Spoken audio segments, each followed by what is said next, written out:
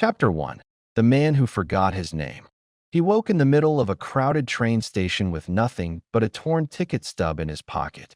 No wallet, no phone, no name. The station clock read 11:59, its second hand jerking like a nervous pulse. People surged past him, faces blurred, voices overlapping, yet not one of them seemed to notice that he was standing there barefoot, with blood drying at the corner of his sleeve. Then the loudspeakers cracked alive. All passengers, evacuate immediately. A ripple of panic spread across the station.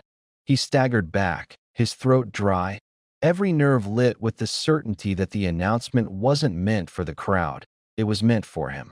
And then he saw her, a girl in a red coat, standing perfectly still while the world emptied. She was staring directly at him, her lips moving around words he couldn't hear.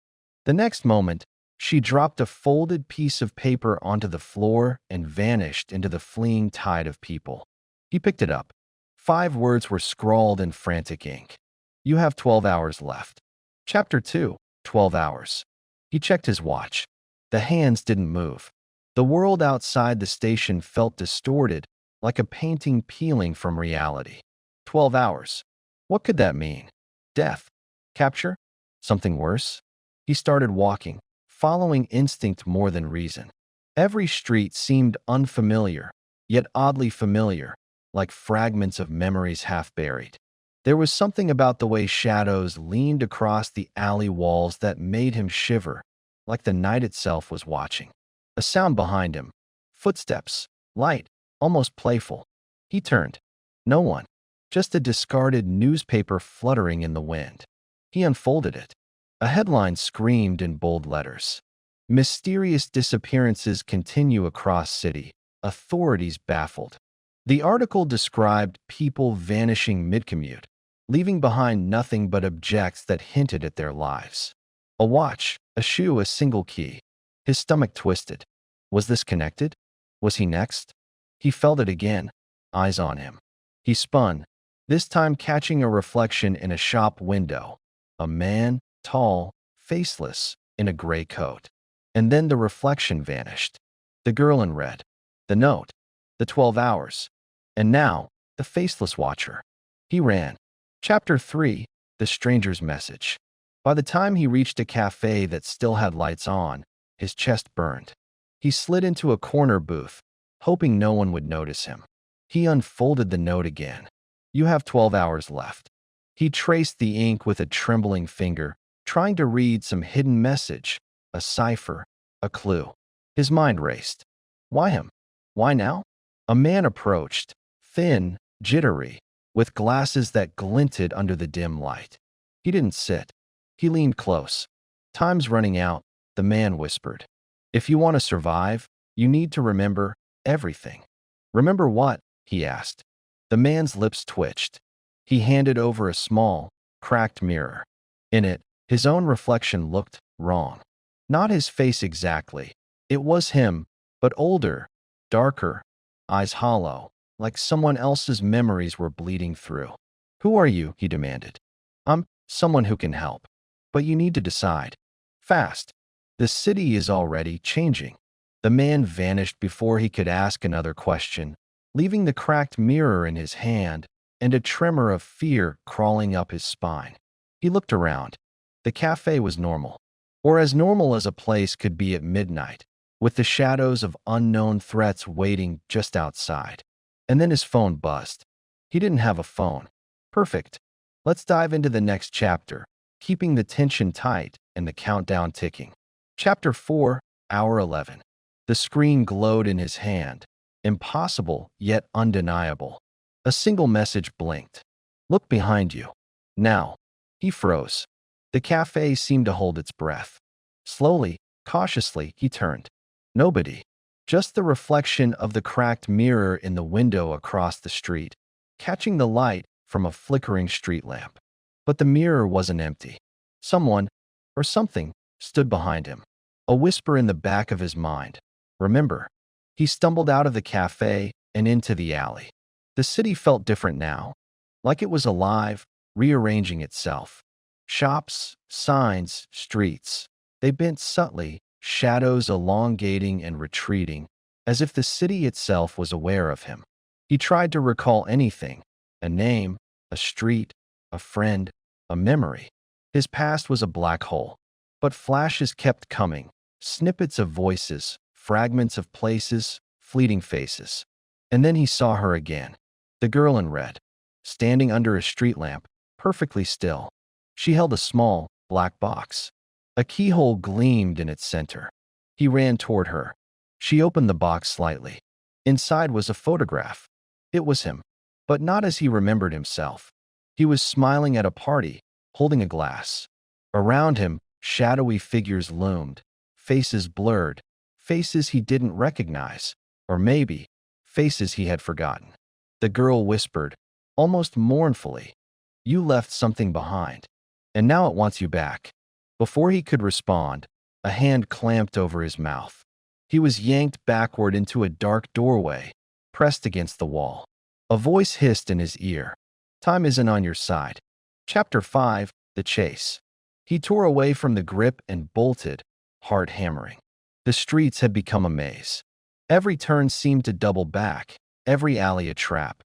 The faceless man appeared again at the corner, always just a step behind. And yet, the girl in red was ahead, beckoning, leaving a trail of urgency and terror. She turned her head slightly, lips moving again. This time he could hear her voice. "Trust no one, not even yourself." He stumbled, gasping. The city now felt claustrophobic, the buildings leaning in as though to listen. Cars were frozen mid-motion, pedestrians like statues. All the normal life paused. Except for him. He realized then that the 12 hours were already half gone. The note hadn't been a warning. It had been a countdown. And something ancient, patient, and hungry had started moving toward him. The girl slipped through a narrow archway. He followed, barely noticing the faceless watcher dissolving into the shadows. Inside, the air smelled of old stone and rain. The walls were covered with photographs, hundreds of them, all of him, at different ages, in different situations, in places he didn't remember visiting. The girl whispered, "You've been here before. Many times. And each time, you forget." He touched one photo. His hand trembled. The face in the picture looked wrong. Older, wiser, terrified. "Why can't I remember?" he asked. "Because forgetting is easier than surviving," she said. "But now, the city wants its payment." Chapter 6, Hour 10. The air inside the archway was thick, heavy with the scent of damp stone and something older, something alive. The photographs on the walls seemed to watch him as he moved, whispering fragments of memories he couldn't grasp. The girl in red handed him a key, small, black, cold as ice. "This opens the box," she said, "but it won't solve everything. It never does." He glanced down at the cracked mirror in his other hand. His reflection shifted, twisting slightly as if mocking him. "Who am I?" The question gnawed at him, louder with every heartbeat. A low hum began to echo through the archway. It wasn't electrical, it was in the walls, in the stones, vibrating in his bones.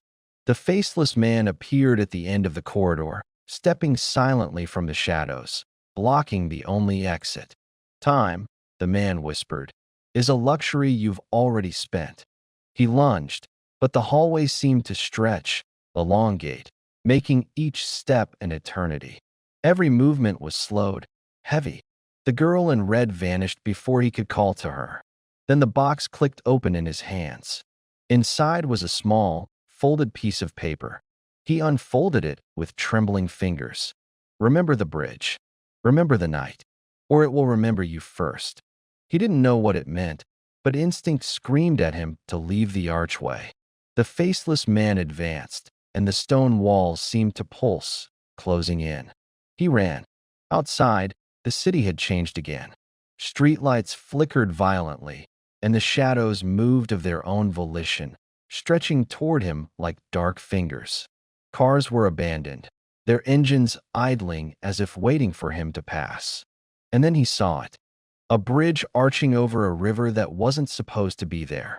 Water black as oil reflected the moon, and something moved beneath the surface. Something huge, something alive. The girl's voice floated on the wind. The night remembers everything you forget. Don't let it catch you. A hand, cold, skeletal, shot out of the water, grabbing at his ankle. He screamed, yanking free, and stumbled onto the bridge. At the far end, a faint light glowed. It seemed to promise answers. Or death. Maybe both. Chapter 7, Hour 9. He stumbled onto the bridge, its metal beams groaning under his weight. The river below churned black, reflective as glass, yet roiling with something unseen. The cold wind bit at his skin, carrying whispers in a language he almost recognized, but not quite. At the far end, the faint light shimmered, flickering like a heartbeat. He moved toward it cautiously, key and cracked mirror clutched tightly in his hands. Every step echoed, sounding like a countdown of its own. Then a voice came from beneath the bridge, low and guttural. You don't remember, but I do. He froze. The water surged. Shapes moved beneath the surface. Human? Not human. Their eyes glinted, hungry, familiar. And yet, one face caught him off guard. His own. A reflection that didn't match the one in the mirror. Older. Scarred. Terrified.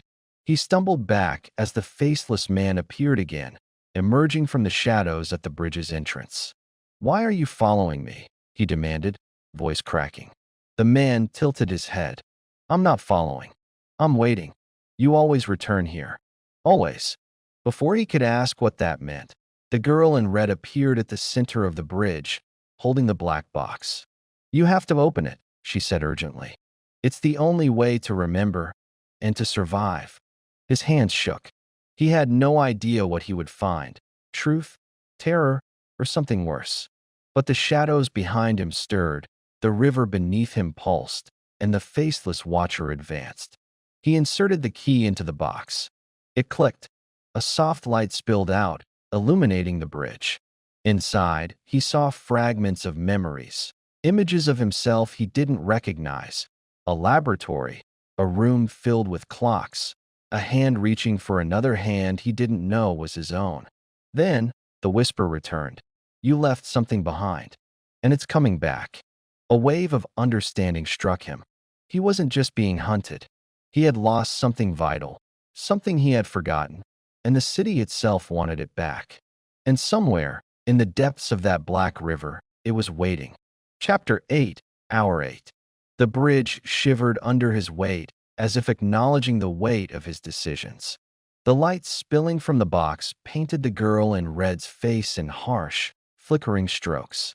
Her eyes held urgency and a sadness he couldn't place. You have to look, she said. The city remembers, and if you don't remember first, it will take everything. He hesitated. Fear clawed at him, but curiosity, the gnawing need to understand, pushed him forward. He opened the box fully. Inside, instead of a single object, he found a miniature model of the city, streets, buildings, bridges, all made of a dark, glassy material that shimmered like water. Tiny lights flickered where people should have been, and one light pulsed brighter than the rest, following him. A whisper escaped the box, soft and intimate, but unmistakably his own voice. The bridge. The night. You left her behind. He froze. Her? Who? Then memories, fragmented and jagged, slashed into his mind. A girl crying in the rain, a scream that split the air, hands pulling him away. He shook violently, trying to push them back, but the images wouldn't stop. The faceless man stepped closer. Do you see it now? You don't remember because it hurts too much. You always run before the truth catches you. The river below roared suddenly, waves lashing the bridge, and something large moved beneath the surface. A shadow, taller than any human, stretched upward, as if reaching for him. Its eyes glowed, cold, hungry, and unmistakably familiar. The girl in red grabbed his arm. You can't stay here. You have to go into the city, into yourself. Only there can you reclaim what was lost. He looked down at the box again. The pulsing light flickered, showing the path. A street that didn't exist, a building that wasn't on any map. He realized with a sickening clarity, the city itself was alive, and it had a memory of him, of everything he had tried to forget. The faceless man raised a hand. Choose quickly. The night has only 8 hours left. When the last hour comes, it consumes everything. And somewhere, far below, the river whispered again, "You left her, and now she waits." Chapter 9, Hour 7. He stepped off the bridge, the box clutched tightly in one hand, the cracked mirror in the other. The street ahead wasn't like any street he remembered or had ever seen. Buildings leaned at impossible angles, windows reflecting not light, but shadows of things that shouldn't exist. The city pulsed, breathing beneath his feet. The girl in red stayed close, silent, her eyes scanning the darkness as if reading secrets etched into the walls. "We don't have much time," she said. "You have to remember before it decides for you." He wanted to ask what it was, but the words wouldn't come. His throat felt tight, raw. A sudden sound, a child's laugh, echoed from an alley. He froze. The sound was wrong, hollow, like it had been recorded and played back through a broken speaker. And then he saw it, shadows twisting, coalescing into the form of someone he knew, someone he shouldn't. "Remember her," the girl whispered urgently, "or the city will do it for you." He ran toward the alley. Inside, the shadows shimmered, and he saw a memory, or what felt like one. A small hand reaching for his, eyes wide and terrified, a voice calling his name. His heart slammed. The image tore at him, something buried deep in the dark corners of his mind. The faceless man appeared behind him, emerging from the mist like a predator. You can't run forever. Every second brings the end closer. He turned, desperate, and caught sight of a building that pulsed with a strange, internal light. The door opened before him as if inviting him in, or daring him. Inside, walls were covered with clocks, all ticking backward. The air smelled of ozone and old paper. In the center, a chair faced away from him. A voice, his own voice, younger, afraid, echoed from the chair. "Remember, before it's too late." The girl grabbed his arm. "This is it. The city will only let you pass if you confront yourself. And whatever you left behind is waiting." He swallowed hard, every muscle screaming to flee. But he knew he had no choice. He stepped forward. Chapter 10, Hour 6. He entered the building, the door closing behind him with a sound that echoed like a gunshot. The room smelled of dust and metal, of old memories folded into the air itself. Clocks of every shape and size lined the walls, ticking in rhythms that didn't match each other or reality. The chair in the center of the room seemed ordinary at first, but as he approached, he saw it wasn't empty. A shadowy figure sat there, head bowed, hands resting on knees. He recognized the outline before he even saw the face. It was him, but younger, fragile, terrified. A whisper crawled through the room. "Do you remember now?" He shook his head violently. I don't know. I can't." The girl in red stepped beside him. "You must, or the city will take everything you've ever tried to forget, and everyone you've ever left behind." The clocks began to speed up. Tick, tick, tick, faster, faster. The room felt like it was shrinking, the air pressing against his chest. He raised the cracked mirror and looked into it, and for the first time, the reflection changed. The face staring back at him flickered, switching between versions of himself. The man he was now, the boy he had been, the man he had feared becoming. Images crashed into his mind. A laboratory, a river, screams in the night. A girl, her, sobbing, reaching for him.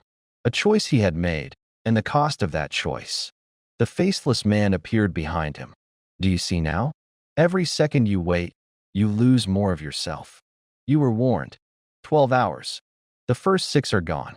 Can you survive the next 6? The shadows in the room began to move, coiling around the clocks, crawling across the floor. Each one whispered fragments. "Remember, remember, remember." The young version of himself rose from the chair. His lips moved, forming words he had buried. You left me. You left her. And now it's coming. The girl in red whispered urgently, it's time. Face what you've forgotten. Only then will the city release you. He swallowed the lump in his throat. The shadows pressed closer. The clocks ticked faster. He realized the countdown was no longer just time. It was memory, heartbeat, life itself slipping through his fingers. He stepped toward the chair. Chapter 11, Hour 5. He approached the chair. The young version of himself sat rigid, eyes wide and terrified, yet somehow accusing. The shadows in the room pulsed and writhed, pressing against him as if trying to push him backward, away from the truth. You left her, the boy said. His voice trembled, and it was unmistakably his own. You were supposed to protect her. Memories flashed like fractured lightning. Rain-soaked streets. Screams. Hands pulling him away while the girl in red vanished into darkness. He had chosen safety or cowardice. He couldn't remember which.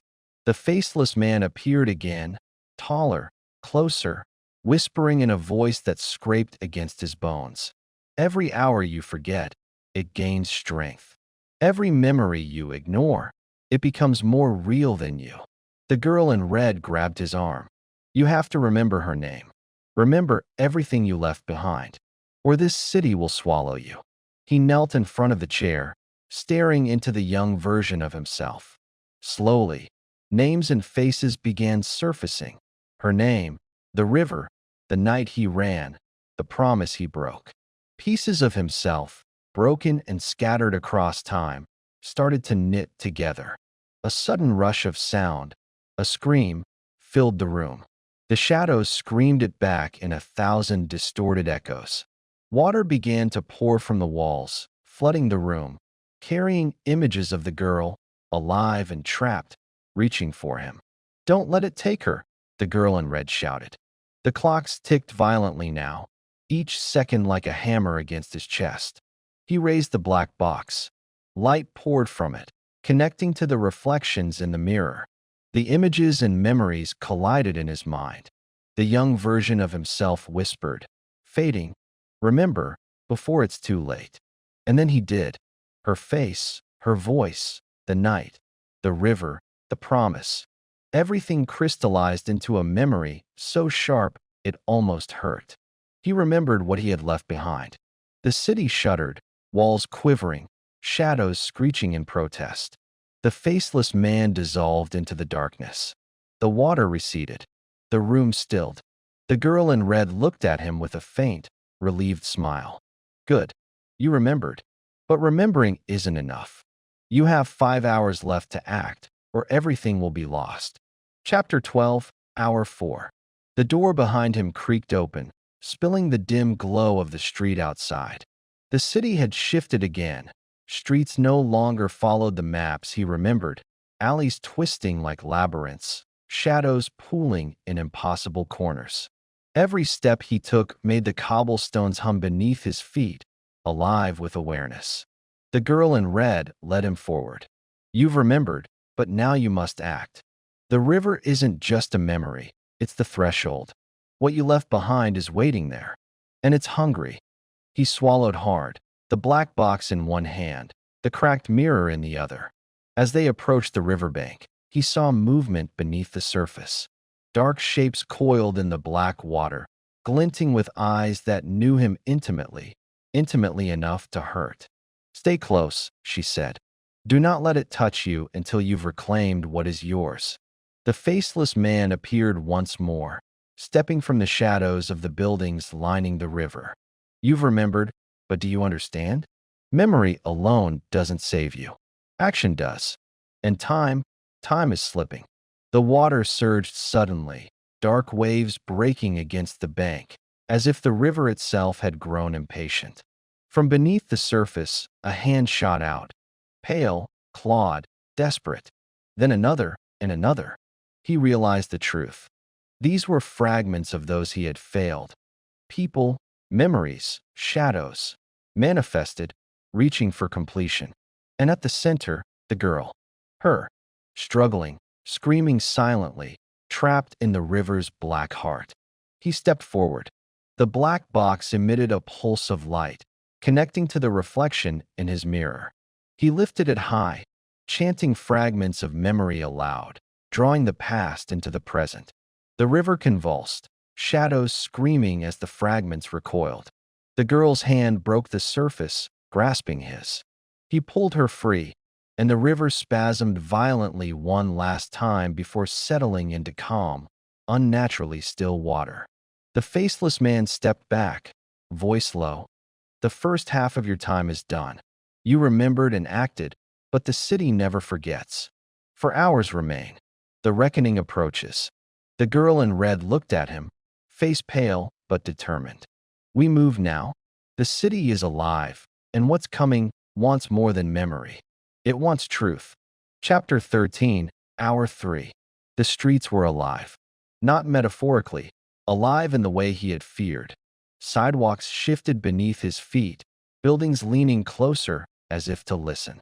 Windows glimmered with faces he half remembered, eyes following him, mouths whispering fragments of names, promises, threats. The girl in red ran ahead, glancing back. We don't have much time. You need to reach the tower at the city's center. That's where it waits, the thing that's been watching, waiting, and feeding off what you've forgotten. He tightened his grip on the mirror. Each step seemed heavier than the last, his pulse echoing the rhythm of the city itself. The black box pulsed faintly in his pocket, reminding him that memory alone would not be enough. Action and confrontation were required. A scream cut through the air. He turned. A shadow detached itself from the wall, stretching impossibly, eyes glowing, reaching for him. The faceless man appeared beside it, unnervingly calm. Every hour you've survived, he said softly, was a test. Every memory reclaimed, a step closer to what's coming. But the city wants the rest of you now. The shadow lunged. He raised the mirror. The reflection rippled, and for a moment, the shadow hesitated, recoiling. Light shot from the black box, striking the concrete and bending the darkness around them. He realized the truth. The shadows were fragments of his forgotten failures, memories twisted into predators. They surged forward, relentless, and he ran, pulling the girl with him. Alleyways twisted, corners folded impossibly, but the black box seemed to hum, guiding them forward. At the end of the twisting street, a tower loomed, a skeletal structure of metal and glass, black as night. Windows glowed faintly, as though containing trapped souls. The countdown in his mind ticked faster. 3 hours left. The girl in red stopped at the tower's threshold. This is it. The city will not let you pass easily. Inside, you face what you abandoned. And what abandoned you? He swallowed, the weight of 12 hours pressing on him. The river, the bridge, the girl, all pieces converging. He stepped forward. Chapter 14, Hour 2. He pushed open the tower doors. Cold air spilled out, thick with the scent of metal, water, and something older, something alive. The interior was vast, impossibly high, like a cathedral of shadows.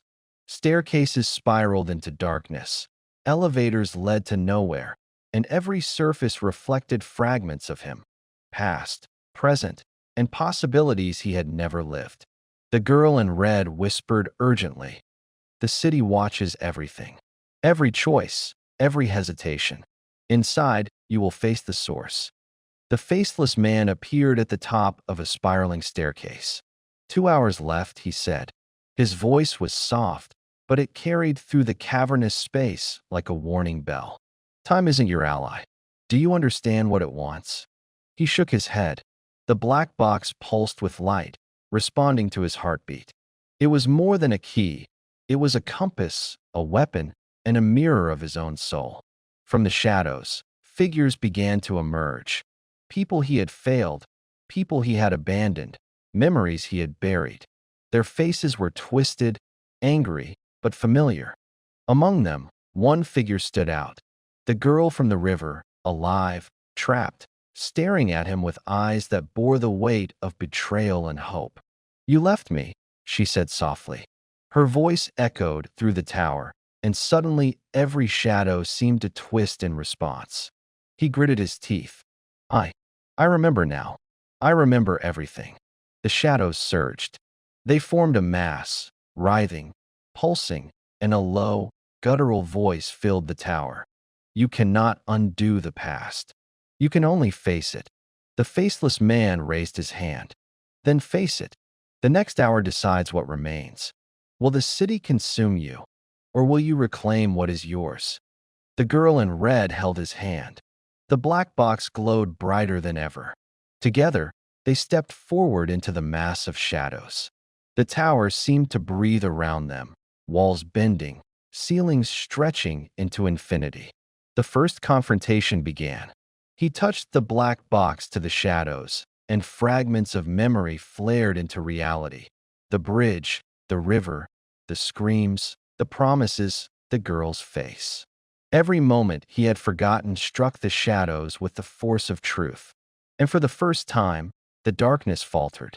Chapter 15, Hour 1. The tower shook. Shadows roared, twisting around the spiraling staircases and collapsing walls. Every memory he had reclaimed, every failure, every promise, every fragment of the girl, flared in his mind like a beacon. The black box pulsed violently, radiating light that cut through the darkness. The girl from the river floated just ahead, tethered by shadowy chains, her eyes pleading. "Hurry," she whispered, "before it's too late." The faceless man appeared beside him one last time. 1 hour left. The city won't wait. If you hesitate, if you doubt, it consumes all. Not just them, not just you, everything. He took a deep breath, gripping the black box and mirror. The shadows surged, forming into the shape of the city itself, a living, writhing mass, twisting streets, twisting faces, twisting memories. Its voice echoed inside his skull. You cannot reclaim what you abandoned. You cannot survive what you forgot. He lifted the black box. Light shot out, striking the city-shaped shadows. Memories exploded, colliding with the dark mass. The bridge, the river, the night, the girl's face, the promises he had broken. The shadows screamed, shrinking, twisting, writhing in agony. The girl from the river reached for him. He grabbed her hand. "I remember," he said. "I remember everything." The city screamed, a sound that rattled the tower, the streets, even the river. It tried to pull him in, to consume all the memories he had reclaimed. But he pressed the black box against the shadows, channeling the light of memory, of truth. One by one, the fragments recoiled. The twisted faces of those he had forgotten, the failures, the abandoned promises, shattered and fell away. The city itself convulsed, then stilled, transformed. The streets straightened, the shadows vanished, and the river calmed. The faceless man dissolved into the emptiness, leaving only silence. The girl looked at him, tears streaming. "You did it," she said. "You remembered. And you acted." He dropped the black box, exhausted, his mind reeling. I I almost lost everything," he whispered. She nodded. "The city doesn't forgive easily, but you've reclaimed what it tried to take. The 12 hours are done. And now, you live with what you remember." Outside, the city was quiet, normal. But he knew, deep down, that every street, every shadow, every whisper held a memory of what had almost been lost, and a reminder of the price of forgetting. He took a deep breath, and for the first time in 12 hours, he felt whole. Epilogue. After the 12 hours, the city was quiet, bathed in the soft glow of dawn. Streets that had once twisted like living things now stood still, ordinary, familiar. People moved about their routines, unaware of the shadows that had almost claimed them, or the city that had almost consumed their memories. He and the girl walked along the riverbank, the water calm, reflecting the pale morning light. The black box lay in his pocket, inert for now, a reminder that memory could be both weapon and burden. "You did it," she said softly. "But remember, just because the city stopped today doesn't mean it's gone forever." He nodded, staring at the water. Faces flickered in the reflection. The bridge, the river, the nights he had almost forgotten, the girl's face. They were memories, yes, but also warnings. The city held them, and in turn, he held the city. I'll never forget again, he said. But he knew that even the strongest memory could fade. Shadows might return, subtly, patiently. The faceless man, the river, the bridge, they were echoes of choices and promises. And some promises could never be broken without consequences. She reached for his hand. Then we'll face it together, whatever comes. As they walked into the waking city, a shadow flickered across the rooftops, almost playful, almost human. The wind whispered through the streets, carrying a soft, familiar echo. Remember, always remember. And somewhere, deep beneath the foundations, the black box pulsed faintly, as if alive, waiting. The 12 hours were over. The trial was complete. But the story of memory, loss, and the city's hunger was far from finished.